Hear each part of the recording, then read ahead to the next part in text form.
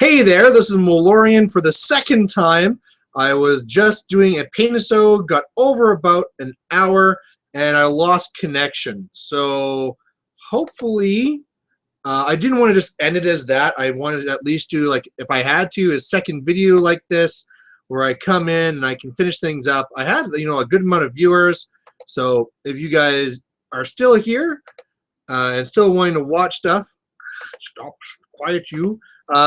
I can finish this up, but like I said, I didn't want to just leave it like that, so I'm resetting up here. It is tempting because I was at an hour, so I was like, should I stop? But I wanted to finish this up. I'm just making sure I'm just getting everything set up. I'm putting back in my links and stuff here. Annoying. This house is like that, where and I'll put this in here as well.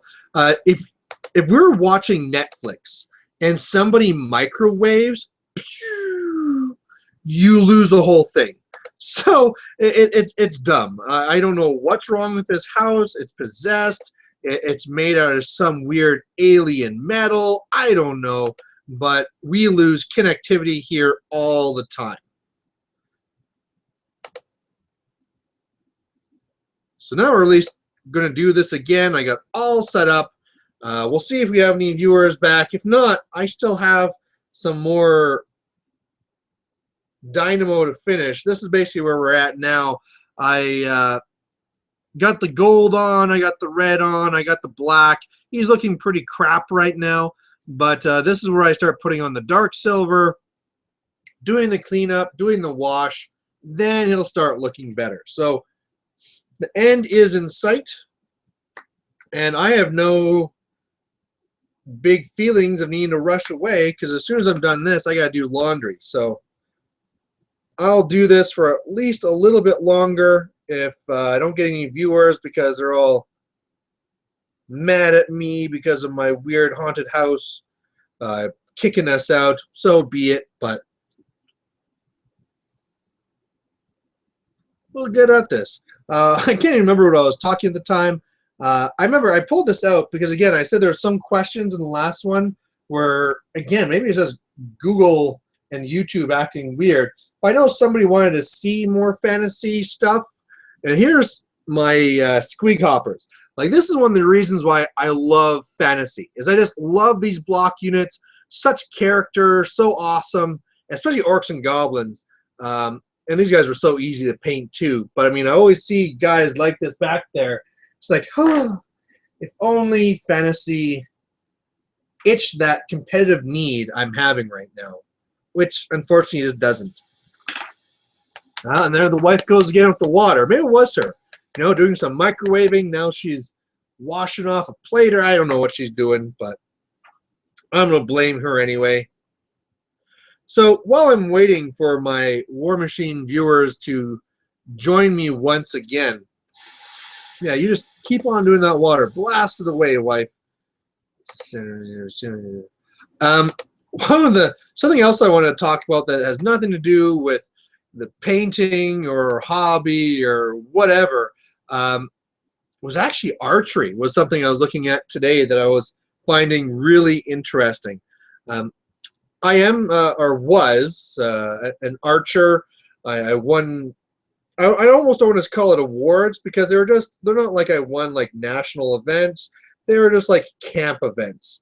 But I was breaking like camp records and stuff, and I really loved doing the archery. But eventually, with me moving up to Fort Mac and stuff, and just family, I just didn't have any time. But I always considered myself the avid archer, and was really assured in the fact that, hey, I know the things to know about archery. Well, I watched this video today that was from this guy Lars, which is kind of almost made me think it was like a Futurama reference. But anyway, his big thing is he was saying that people have strayed away from what archery is supposed to be and have became worse archers. And so, of course, I'm going to listen to this to see what stupid thing he's going to say. But it was actually really, really interesting. And what he was really going on about is about how archery now is more like, oh, look, there's a target at, 50 feet away. Let's see if I can shoot it. But really, where archery was used in combat and all the rest of it, that was not the case, right? You were moving, you were active, and the things that we take for granted now, as we're just shooting a target, were not really used back then. And so one of the very first things he brings up that made me go, huh, is he brought up the idea of what side the arrow goes on. And of course, I'll have to put my brush down as I explain this. So normally, when you're shooting a bow, and I don't know if I need to actually grab a stick just so I can show this. If I have a bow and I'm going to shoot it, I actually put the arrow here. And the reason for that is that it's comfortable. I can hold it. If I'm trying to aim, it's nice and it's snuggled there, and I can just shoot whatever I want, right? I can just take my time and aim. However, that's not how they used to do it. The way they do it was actually, if you look at the old paintings and stuff, is on this side, which is totally different. I mean, if you do this now in an archery class, they're like, oh, no, Jimmy, don't do that. You're doing it completely wrong. However, when you're doing this, you're just kind of doing like a one-eye thing. Whereas with this, it's kind of be like teaching a more natural two-eye type thing. And as well, it's faster because as you pull these arrows and put them on, this is faster, going like this as opposed to around and here. Another thing is that he was talking about how you wouldn't have arrows in your quiver, especially if you see the ones on the back, because as you're running around, those arrows would kind of dump and stuff like that. They wouldn't be really easily used. Where you'd be holding your arrows is actually in your hands. I mean, either in your bow hand, and you just be like, grab an arrow, for really fast speed stuff. Stegodeath saying, yes, connection was lost, so I asked a question on the last one. Stegodeath, just re-ask the question here, and I'll get to it. But we're going to talk about archery first. The other thing that was really cool is they're showing what how you'd actually hold your arrows in this hand. I mean, think of like a Wolverine type thing where you're holding like 3 arrows in this hand, and really it's this whole thing where you would just be shooting it and then like grabbing another one from your hand. And the whole idea was that you were supposed to be able to shoot 3 arrows in a second and a half. And this guy, Lars, was shooting 3 arrows in 0.6 seconds. Like, it's crazy. You're seeing this guy like jumping off things and like do and hitting the targets too. Like, it's crazy. And it's just one of these things where, it's like technology lost, right? This, if you look back at the Egyptians and the samurai and stuff like this, they're all shooting it the same way. It's on the hands, the draw side of the bow. And we just don't do that anymore. So it was really interesting to see that. And I almost want to go out there and try it again. My kids, as you can probably saw from the question video, they're still a little bit young for doing any sort of archery. I mean, probably someone's going to get shot in the eye if I was to bring them to the archery range. But that's one of those things I look forward to is, teaching the kids archery. And I want to try out this new way. Okay, F.H. McVeigh, glad you're back. Hey, connectivity can't keep me away. I did have a question regarding running a large base like a storm wall or a mammoth over 2 bronzebacks or Signard jacks of your choice. Do you prefer the flexibility and safety of 2 heavies compared to a colossal? Now, you said a storm wall and a mammoth, and this is where you're going to get into the popularity of why you see storm walls and why you don't see mammoths as often. Now, the easy one with getting to the mammoth is the whole idea of fury management. The reason why you see so many beasts in horde armies is that, first of all, they're awesome, and the fury mechanic is really good where you can really get a lot of work out of them, but as well, your caster is depending on them in order to generate fury. Now, if you take 2 bronzebacks or 2 whatever heavies, you can generate more fury than you can with a mammoth. I believe a mammoth is fury 5, but if you take 2 bronzebacks or whatever, I mean, you're just able to generate way more. And as well, the way that the synergies work in Scorn is that you can already be hitting like a ton of bricks with a bronzeback. you don't need a mammoth to be getting up to those mammoth-sized pounds. So the mammoth, what it brings in actually is more so the shooting than anything else. Now, when it comes to the storm wall, the biggest deal there is the whole idea of where it's 3 jacks and 1. You can either be paying 9 points for a defender, or you can be paying 19 for a storm wall that gets 2 shots just like the defender. So all of a sudden you're kind of, getting that in there. Plus you have the covering fire. So now it's like running 2 defenders and it's like running a cyclone. But then there's the pod as well. And I don't know if that's worth 1 point or whatever, but it's all these things in one. So really, when you're looking at it, the storm wall is kind of like a no-brainer. It just has everything going for it. Now, everyone will kind of agree that it's probably one of the better colossals. Probably the one it's competing with is with Prime Axiom and also with the what is it called? Earthbreaker. Now, of course, Earthbreaker, what does that bring? Mercenaries. It brings that awesome shooting and assassination. Shots that do knockdown. And with Thor, I think if it wasn't for Thor, Earthbreakers would not be that popular. But with Thor in there, being able to do tune-up, wow, those Earthbreakers get amazing, and they can just kill you. If you're running them with Osram where they have snipe, look out, because they will kill you from across the board. Prime Axiom, you have this really high, strong model that gets 2 drags. I mean, that's kind of the same thing where the Galleon was good. It has that extra ability. But I guess I'm going on this, where I'm not getting to the core of your question, is why do you take the 1 over the 2? Normally you don't in Hordes because of the whole Fury thing. But one of the other bonuses to having this huge base is it can't be knocked down, can't be stationary. It's a really good thing to hide behind. So, if I'm ever against Sorsha, well, I don't have to carry about being made stationary because I'm hiding behind my storm wall. If I'm going up against Kruger 2 and he's going to want to push everything out of the zone, I don't care because I'm going storm wall. Had I taken 2 Stormclads or something like that, I would just not have that ability. So that's a big bonus to them. Now, do people rely on Colossals too much? Probably.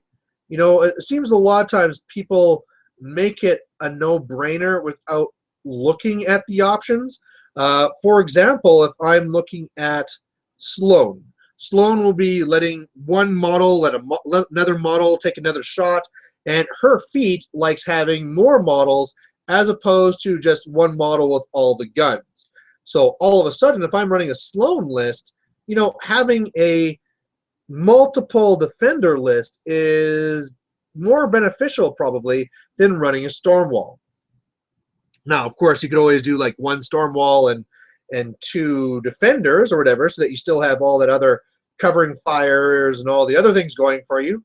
But yeah, I mean, storm walls are just awesome. I guess something I can be adding in here too is that just before I left, I think maybe that's the one that Stegadeth was saying, was the idea where I'm running a lot of Haley 2 and blah, blah, blah. Is that really frowned on in my meta? No, my meta is very, very competitive, and they'd almost frown at me if I didn't run Haley. I mean, that's not totally fair. Like all metas, there is a gradient where there's some people who love playing ultra competitive and others like just painting and having fun. But definitely the ratio is very strong for high competitive play in my meta here. And so that's why, I mean, it's no problem for me. If I want to bring out my best list, it's kind of expected. When people face me and I don't bring my good stuff, they're probably a little bit disappointed, I'd say. Again, if it's somebody that's more playing for fun, okay, no, they'll be happy. Like, okay, great, we're doing whatever. But if I'm meeting whoever, like the Josh who was the Alberta Masters champion last year. I'm sure if we face on the top tables and I'm bringing not my best game, he'll think that's great. Like, okay, thanks, buddy. This dark color is really adding to it. It's one of those things where sometimes you're painting a model and you're almost losing motivation because you've been spending all this time and you're not really seeing anything really special. And then you get to that one color or you paint that one area of the model and it just starts coming together. And that's what this dark gray is doing right now. It's really just adding that different tone to it and making it unique. I do see we have 3 viewers now, so go ahead and post your questions. There is a bit of delay of it getting here. And again, I think it's amazing and awesome that I have these dedicated viewers where, I don't know where you are, but it might be super late where you are. But you're still watching me paint and listening to me yap on about archery or whatever. So thank you for staying with me. Oh, and just like that, I go down as a viewer. But anyway, with that, I'm going to go and see if I can refresh this page so that you guys aren't sitting there waiting for me to answer your stuff. Reload, which means I'm about to listen to myself talk. That I have these. Quiet, you Malorian. We want people's questions.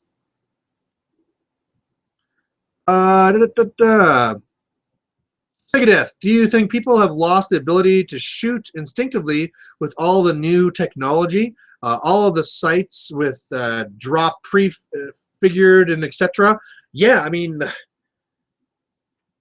the sites, it really is crazy how much it does it for you, right? Like you have the counterbalances and you have it doing all the work for you. I mean, for the most part, when you are being trained now to do archery, you're almost not being trained to aim. You're being trained, whoa, don't fall, to do the same thing over and over again. Because if you know that if I did this series of movements and I bring the bow exactly to my lip and I have my arm exactly done like this, that if I do this over and over again, then I will get the same result. That's what I should expect. And so all of a sudden, if I do exactly this and I'm 2 inches above the target, well, okay, then if I just change my posture down, repeat, repeat, repeat, I should be getting closer and closer until it's almost like a robotic equation, getting you closer and closer to hitting the target. And you know what? Like the guy was trying to get at in this video, that's not how the real world was, right? Things were moving targets. You were in constant danger. You couldn't just, for the most part, just stand there and shoot.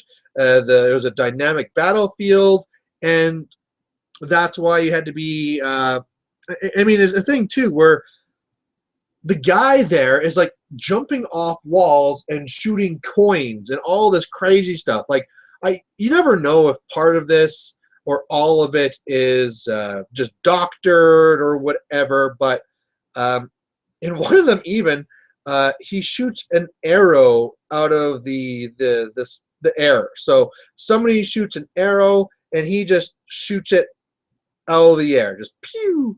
And I mean the amount of accuracy needed for that.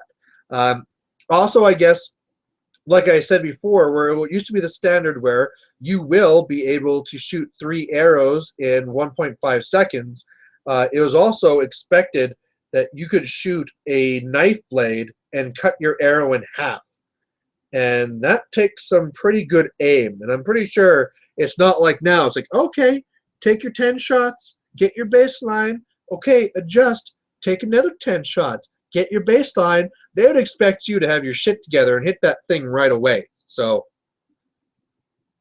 props to these people. Just amazing, amazing talent. Although now, I mean, it's kind of a dead talent because it's not really needed, right? His thing was like once guns came, that really just changed it so that nobody cared about archery anymore, which is really true and kind of sad at the same time. To me, I just go out to the archery range and I could shoot for hours. People would come, people would go, and I'd just be there shooting and shooting and shooting. And it was just like a relaxation thing, right? Where it's just me and my bow and the target, and there's no judgment. It wasn't a competition. I'm just taking my time, thinking about whatever I needed to, and just doing my own thing. And I mean, a lot of archer ranges have closed now, right? Because nobody is going. I mean, who goes out and learns archery? In fact, a lot of gun ranges are closing too. I mean, at least here in Canada, because nobody does it anymore. The whole idea of like the redneck going out and shooting up the animals and all the things, you don't have that. People are staying indoors. They're playing video games. These can't afford it, right? Can't go out on the weekends if you're busy working for a living type thing, right? So, real different world. Go back, see if we have another comment here.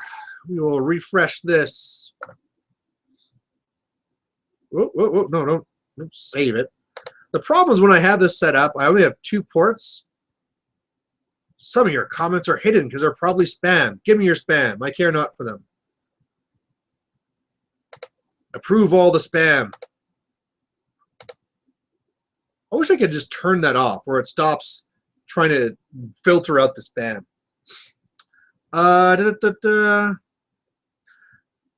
F.H. McVeigh saying it sounded as if you were very entertaining the idea of getting into mercenaries.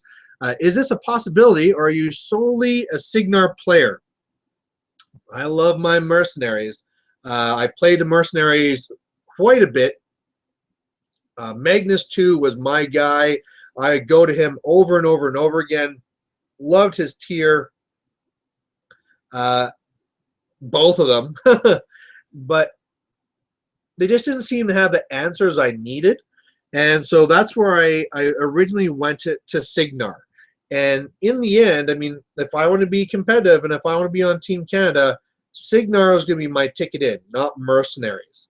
So one of the things that is going to be more fun is that with this new Masters and the ADR, Magnus 2, he's in there. And man, with ADR with Magnus, that is awesome.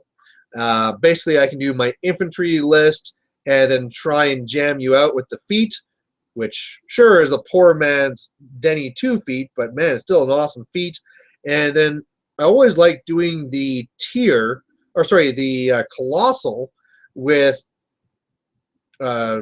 Magnus 2 as well, because what he can do is the galleon goes up and drags in a heavy, destroys it. Magnus 2 comes up, feats so that the other heavies can't counter. On the next turn, the galleon drags in another heavy and kills it. And all of a sudden, when your opponent is down 2 heavies, they're going to be in a hard time of trying to kill that galleon anymore. Oh, we're looking pretty good here. I think I just have this arm to do the silver on, and we're done. Other than the wash. So yeah, I mean, one of my problems before is that I was playing too much jumping around of faction to faction, and it was kind of one of those things where I was okay with a lot of factions, but the master of none. And that was really a big deal, because as I jumped from Cygnar to Minions to Circle to Cygnar to wherever, I would make mistakes because, oh, right, I play this faction this way. And now that I'm playing Cygnar, for the most part, for the majority, I'm still sneaking in some Circle, still sneaking in some Minions. Haven't done Mercenaries in a while. They're probably due. In fact, I'm playing a game, I also have Legion. I'm playing a game on Wednesday. Maybe that's when I should do it. I should pull up my Magnus 2. Yeah, that sounds good. But anyway, I'm trying to keep it so 95% of the time is Cygnar, and then I can sneak in the other guys sometimes. But I'm still really wanting to dedicate. And then, man, I mean, especially if I make the team, if they say, hey, Malorian, you make Team Canada, then it's going to 100% Cygnar. Then I have to really get in there and work out any bugs in my play, practice all the matchups that I need to have practice in. And as much as I'd like to play with pink alligators or a galleon or whatever, no, we got to make sure we practice what we need to for the team. So I die for my team. Anyway, we have 2 more recent posts. This is working way better doing it this way. This is from Flame Knight Dragon saying, what Signar Warjack would you like to see get an extra sculpt? That's an interesting question. Well, I know before my answer would be the Stormclad, but with the Reliant coming out, it already is getting done. So that one is already kind of off the table. So what Signar Jack needs a resculpt? They've already kind of redone a lot of them, right? With the new plastic kits. So they're already pretty damn good. Looking back there at my Jacks, like the Hammersmith looks silly, but it's already been redone. The old Centurion is tiny, but it's been redone. Man, I'm pretty happy with my Signar Jacks. Minuteman looks fine. Gallants is fine. Lancer? You know, like, Hunter. There you go. Hunter needs to be redone.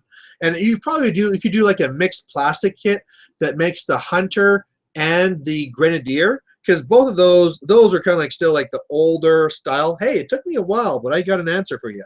So that would be really it. I mean, really, if anything you can get from what I was saying there is that Privateer Press has been doing a great job of staying on top of the Jacks here and getting those new sculpts out, you know, getting away from the metals, getting to the plastics, which are great for us because, first of all, plastic models are way better than the metals because of weight and chipping and all this. But then we get to magnetize that one Jack is actually 3. You know, good on them on, instead of just making up new Jacks, creating that so that we have that new out for it. Man, are we? Oh, I still have to do the blade. But those are some old ones that still do remain. You know, I've seen some of the old models for like the old Lancer or the old whatever for all the old metal ones, but that's one that hasn't been redone yet, is the Hunter and the Grenadier. And the Grenadier isn't that popular other than my one buddy who freaking loves them.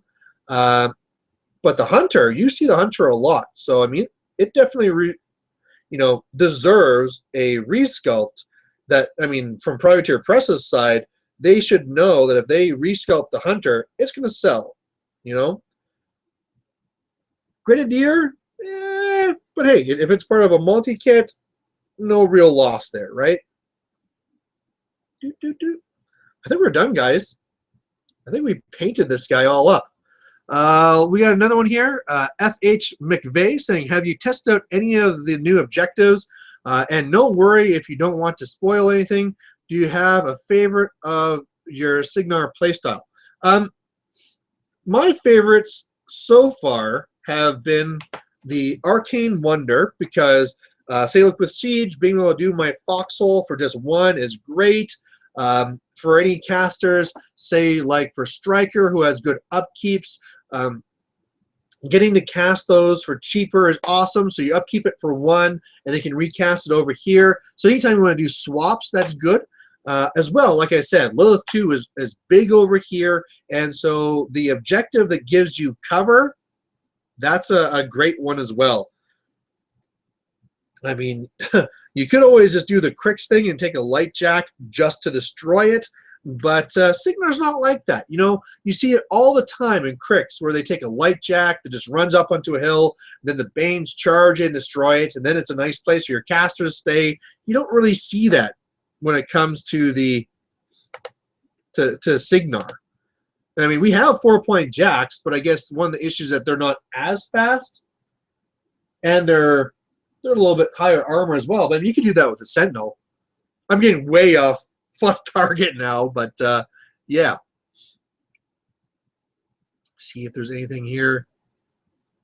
Oh, sorry, Flame Knight Dragon. Which Signar Jack would you like to see get an extreme sculpt, not an alternate sculpt? That's totally different. Okay, extreme sculpt. I would like to see an extreme Rowdy. You know, Rowdy right now has a cool look. You know, he's a good classic model. Even though he's kind of old, he was done right, but he could be bigger. You know, especially where now they have the new kit where the new Centurion is so big, and, you know, the Avenger and Hammersmith. You know, it'd be nice to see old Rowdy get an extreme. And I mean, he's like the character Jack for Signar, right? From like a fluff standpoint, he's the big one that has been focused on the most, right? And in the most stories. So I would like to see an extreme old Rowdy. Man, so here, you know, the guy asked the question, and he must have been like, oh, when I was just like ranting on and on about what model needs to get resculpted, when that wasn't his question whatsoever. Way to drop the ball, Malorian. I tell you. Anyway, we will refresh again. Reload. And quickly pause my voice before we just have to listen to me yap on. Oh, no, I didn't go up to the top. Focused on the most, right? Quiet you. Stories. So, and yeah, that's nothing new there. There are a lot of other objectives as well, but a lot of them don't do too much for Signar. I could see, like, if I was going with Nemo 2, where if I'm taking a lot of heavy jacks, maybe I could take the fuel objective to really help me run up while I get up my my focus, or sorry, my upkeeps rather. That could be coming up. If I knew I was going to be up against something with knockdown, I might want to be taking that objective. And I mean, for the most part, too, the objectives aren't overly key, because, I mean, it's not like there's objectives in every single scenario. And even when there is an objective in a scenario, who's to say it's in a location that your caster wants to be in? I mean, for the ones that help the caster, or even like for fuel, right? If you were going to have this fuel objective in this spot here, well, maybe they're going to be putting their harder targets on the other side. So sure, yeah, all your jacks get free charges and runs and stuff, but good for them. I'm over here, so they're not getting any real benefit from it whatsoever. So you can kind of counterattack these things, but it's definitely something you do want to plan out and take something that you're going to get some bonus from. And that's why, I mean, Arcane Wonder is an easy one, because, I mean, I don't take Arcane Wonder on Epic Haley because she has no upkeep, so it'd be useless on her. But for almost all casters, the one that gives you cover, right? I mean, who doesn't like cover, right? That works for everybody. Just blowing out the bubbles. I think we're done, guys. So here is Dynamo in all of his glory. It's probably going to be like my buddy. First time he uses it against me, I just slam him into water. So maybe my Nemo will face the same fate. I was actually planning to use him on the Wednesday. And now I said I was going to be doing my mercenaries. This is the problem. I have so many cool things that I want to play, which is, again, part of the problem of having so many factions. You know, with my Legion, I'd love to be doing my Epic Thagrosh, where either it's the team badass with all the heavies, or my Epic Thagrosh that has an Archangel, or I love my Epic Kaya list. I love my Epic Magnus. I have all these things. I got Dynamo. All the hard choices. The answer is play more games, right? If you play more games, then it doesn't matter. So we got 4 viewers right now. We went for an hour. Now we went for about another half hour. Thank you to all you guys that stayed through this. I think I'm going to call it now. So, because now that Dynamo is all painted, so hopefully you can do some cool things. But either way, hopefully you guys were painting at the same time. Please post down below what you guys were painting up. And yeah, we'll catch you next Monday, hopefully with no lost connectivity. So there you go. Catch you later. Bye.